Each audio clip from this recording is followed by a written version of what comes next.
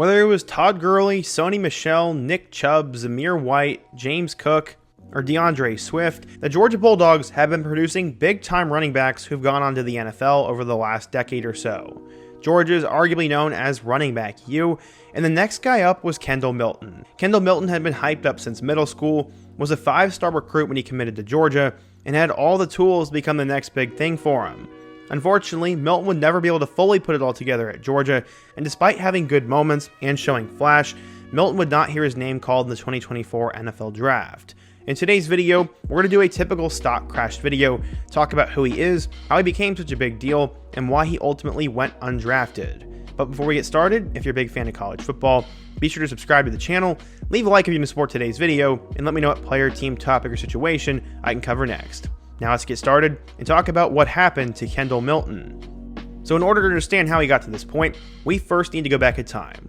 We're going to go back in time a little bit more. Some guys who come to mind for Georgia are Herschel Walker, Robert Edwards, Noshawn Moreno, Todd Gurley, Nick Chubb, Sony Michel, DeAndre Swift, and a couple of others. Kendall Milton in 2020 was the next up. Football ended up running in his family, as his uncle was Kevin Hardy, a top 2 pick in the 1996 NFL Draft, and he went to Illinois, and I guess you could say football ran in his family tree. Turning to his immediate family though, there was also some football in it. Chris Milton, his father, knew what a college athlete was supposed to look like, as his oldest son was a defensive back at Fresno State, and then he ended up watching the rise of his youngest son, Kendall. At an early age, his sons were introduced to weights and training, and Chris said he had them working out at 6 and 7 years old. That theory would suggest that working those kids at a young age would be bad for their development, and he said he saw that as a myth. Kendall's first full year of full contact football was first grade, and his father recalls him looking the part.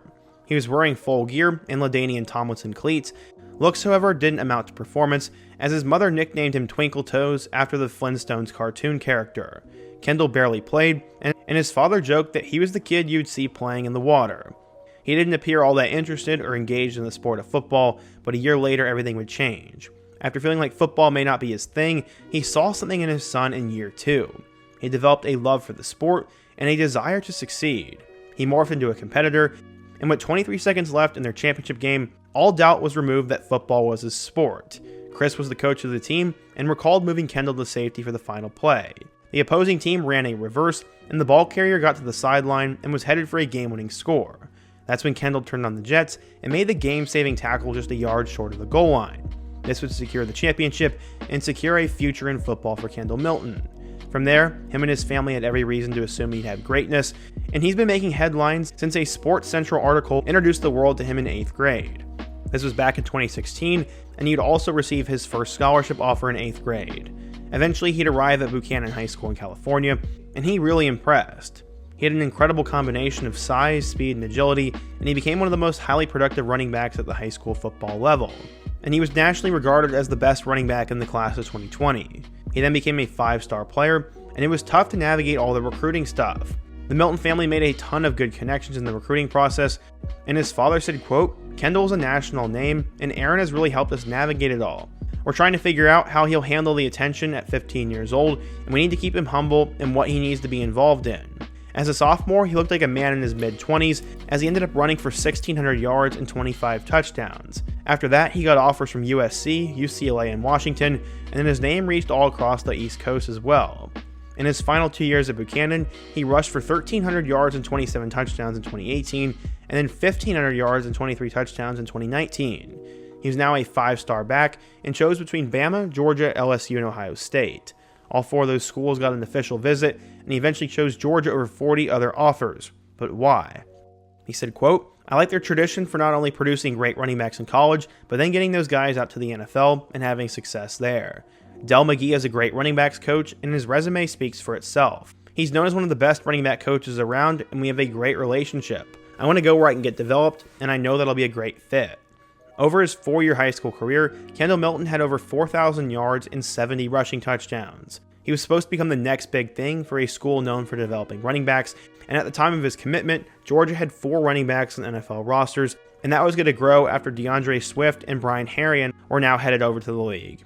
24/7 Sports' national recruiting editor said Milton is, quote, "an immediate Power 5 starter who projects as an NFL first-round draft choice." But there were 2 issues behind the scenes. One was a logjam of talent at Georgia, and 2, Due to a run-heavy scheme at Buchanan High School, he was very inexperienced in pass protection. That's something he was going to have to learn when he got to Georgia, or he would never get on the field. Everyone was confident Kendall would figure it out, and scouts were pumped. According to 24/7 Sports, Milton was a 4-star recruit, the number 7 running back, and the 54th best player in the class of 2020. So, how did he end up doing in Athens? Well, let's take a look. While 24/7 Sports thought he'd be an immediate Power 5 starter, Milton would end up being a backup in 2020. He ended up being behind Zamir White, James Cook, and Kenny McIntosh, but still showed plenty of potential. His first game would come against Arkansas, and he had his first big performance against number 14 Tennessee. In that game, he had 56 yards, but did end up having a costly fumble. He didn't end up scoring a touchdown, but on the year he finished with 35 carries for 193 yards. Because of that, he was named to the All-SEC freshman team, and then as a sophomore in 2021, things were off to a terrific start. He ended up running for 243 yards through his first 6 games and scored his first career touchdown against number 8 Arkansas. Sadly, he ended up injuring his MCL and would miss pretty much the rest of the season. He would end up coming back for their Orange Bowl game against number 2 Michigan, and in that game, he ran the ball 7 times for 21 yards. Georgia would end up winning the national championship over Bama the following week, and Milton was a decent part of it. In total, he finished with 264 yards and a touchdown, and many were expecting him to absolutely blow up in 2022. How did he end up doing? Well, he had his best season yet. He scored a touchdown in their Week 1 victory over number 11 Oregon, had touchdowns against both South Carolina, Kent State, Missouri, and Mississippi State, and then also finished the year with a touchdown against Georgia Tech, and then had over 100 yards in a win over LSU in the SEC Championship. Milton was starting to blossom into one of the better running backs in the SEC, and then would score both a touchdown in their win over Ohio State and TCU in the Peach Bowl and National Championship. Georgia would now win their second straight title, and on the year, Milton finished with 592 yards and 8 touchdowns. He also had a touchdown out of the backfield, and after showing all that potential in 2022, many expected him to be the lead back in 2023. He ended up being paired alongside Daijun Edwards, and this past year, Milton had his best year yet. He had an early touchdown against Ball State before he went crazy to finish the regular season. From October 7th until their game against Georgia Tech in late November, Milton scored a touchdown in every game, including 2 touchdowns in a win over number 9 Ole Miss, 2 touchdowns in a win over the Yellow Jackets, and a touchdown in a win over number 12 Missouri. He ended up helping them get to the SEC Championship game, where he had 2 touchdowns in a tight loss to number 8 Bama, and this was absolutely heartbreaking as they would miss the college football playoff. Luckily, he'd get a chance to play against number 5 Florida State in the Orange Bowl, and Milton would run for over 100 yards and 2 touchdowns. In total, Milton would finish with 790 yards and 14 touchdowns. He had now played 4 years at Georgia, and to some, he was a little bit disappointing. Despite 2 titles in his 4 years, he faced both injuries and just a logjam of talent, which prevented him from ever becoming a true number 1 back and getting the stats to probably end up getting drafted. To me though, I don't understand why Milton didn't get drafted. He had an insane end to the 2023 season and absolutely produced in all these huge games. I mean, in Georgia's last 6 games last year, they played 5 teams that were in the top 25, and Milton put up the majority of his stats in those games. Add in the fact that he also won 2 national championships and also had decent size, to me it was kind of crazy that he didn't get drafted.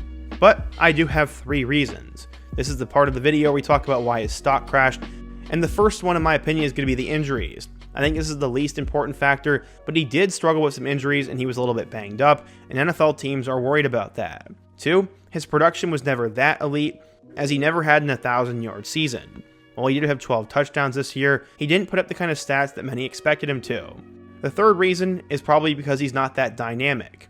This past year, he only caught 4 passes out of the backfield, and the NFL seems to be looking in a direction where they want running backs who can both run and catch.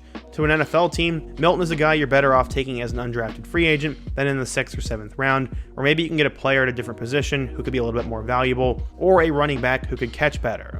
That's just my thoughts though. And then finally, I guess you could say maybe he never lived up to the hype because he's been talked about for so long, but I don't think that's that big of a factor. But what do you guys think? If you're a Georgia fan, what do you think of Kendall Milton? Why do you think he went undrafted? And do you think he has a chance to make it in the NFL? Be sure to let me know down below. Let me know a guy I should cover next. Subscribe if you're new, and check out all my other videos on the end screen. Hope to see you guys again soon, but until next time, peace.